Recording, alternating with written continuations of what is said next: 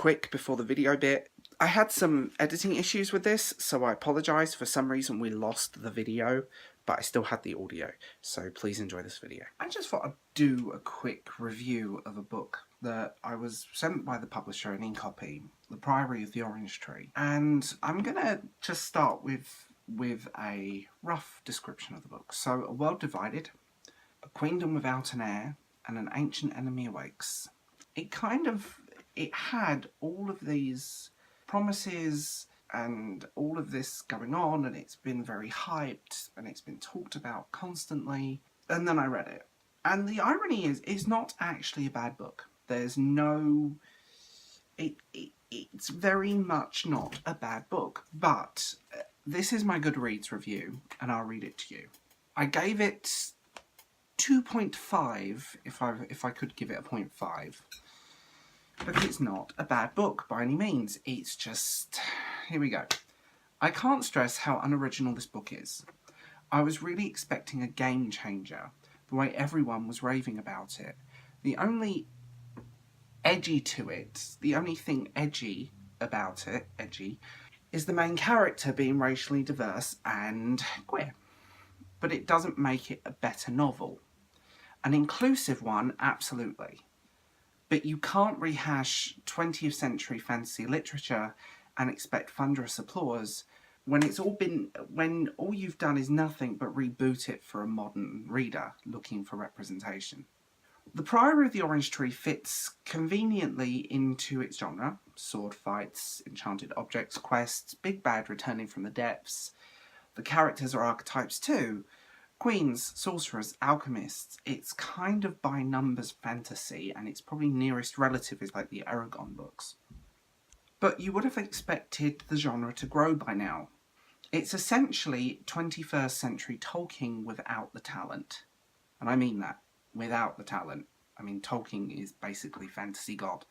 We're, what, half a century into the evolution of fantasy literature, and we're still imitating what's done in the 30s. And I want to interject here, I've read some fantastic fantasy, and books like the Nevernight Chronicles by J. Kristoff and so on still outdo them. Still fantastic, and do a very great modern retelling of fantasy, and I'm going to go into that in a little bit. The selling point of this novel is the undercurrent of feminism and gay representation.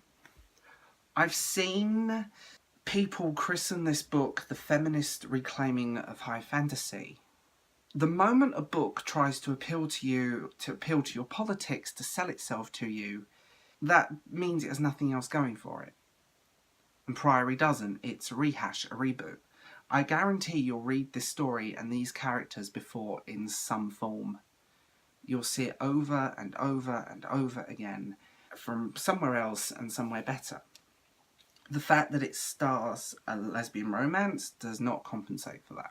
Like, J. Kristoff's Nevernight Chronicles is a fantastic fantasy series. It flips the tropes on its head. It does something new with the genre. It's actually an interesting book, and it has strong women. It has strong characters. This just feels like I've read it before. I've read this book. I've done it. Another thing that really bugged me was that it was being celebrated as a standalone epic fantasy novel. And it suffers from the writer trying so hard. But I don't know if it's just lazy writing. I've read it before. I found the pacing weird. It did absolutely nothing new. There was a real disconnect between the characters. And I struggled to read it. I just felt like I've been here 5,000 times before. And that's not, to me, how a book should be sold.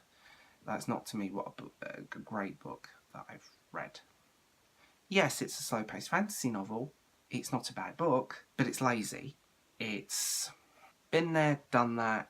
Tolkien did it better. Fantasy. What did you guys think of it? Was it as flat as I found it, or was it... What did you guys think of it? It'll be interesting to know, and I will talk to you guys later.